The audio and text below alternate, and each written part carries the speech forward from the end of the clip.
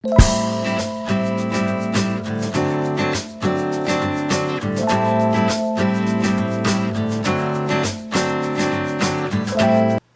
guys, welcome back. I hope everyone's having a great day today. Today I'm here with hopefully a shorter video because I know I've been having some pretty long ones here lately. I have been trying a couple different eyelash primers. I think is what lash plumping serum is what the one I actually always use is called. I have been a hardcore user, junkie, whatever, of the Diorshow Maximizer lash plumping serum. I want to say this is like my third tube of this stuff. I used to be a hardcore Diorshow mascara junkie, and then I ventured out and found so many more that I love that didn't dry out as fast. They have developed, since I've used that, a new formula, and I've heard it's better, so I need to try to actually have a sample in my drawer behind me. I just have not bursted that one out yet because I have a couple different samples.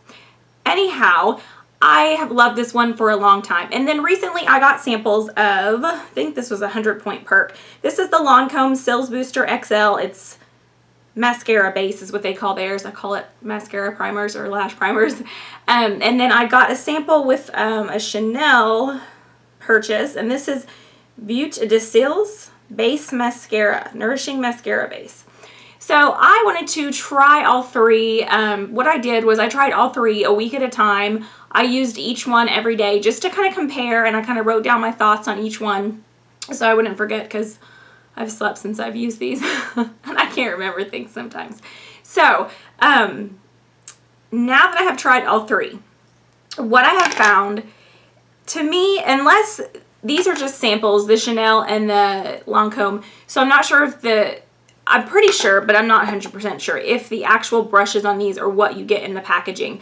I feel like the Lancôme and, dropping things, and the Chanel, if you can tell, have kind of a similar brush size as far as they're not massive, okay?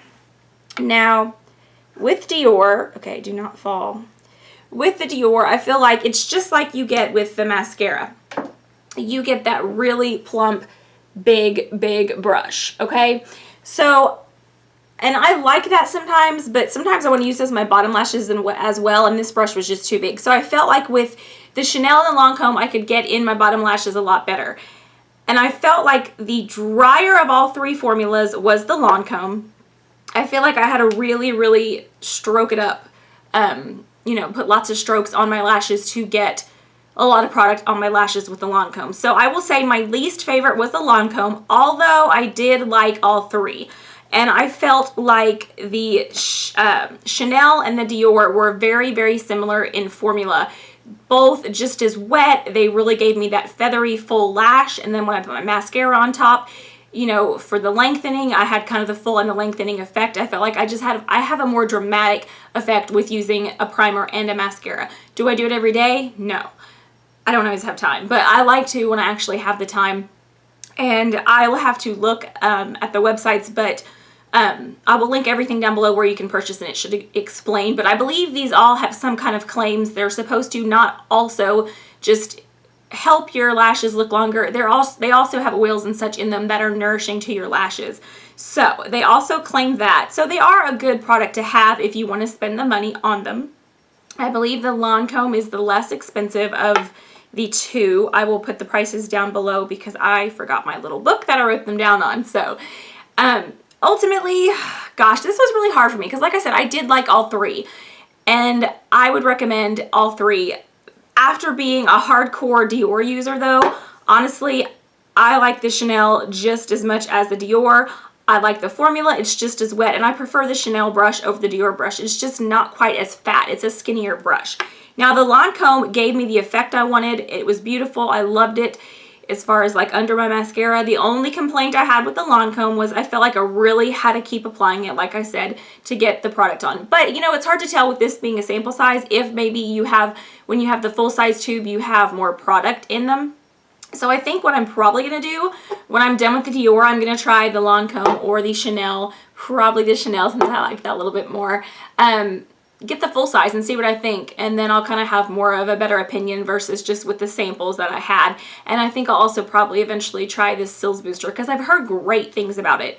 So I hope that was I hope that was like a good review. I mean, it's hard to like specifically go into that much detail because they all three did exactly what I wanted them to, and the real big difference to me only was the brushes and the formula. The Lancôme just was not as wet as the Dior and the Chanel.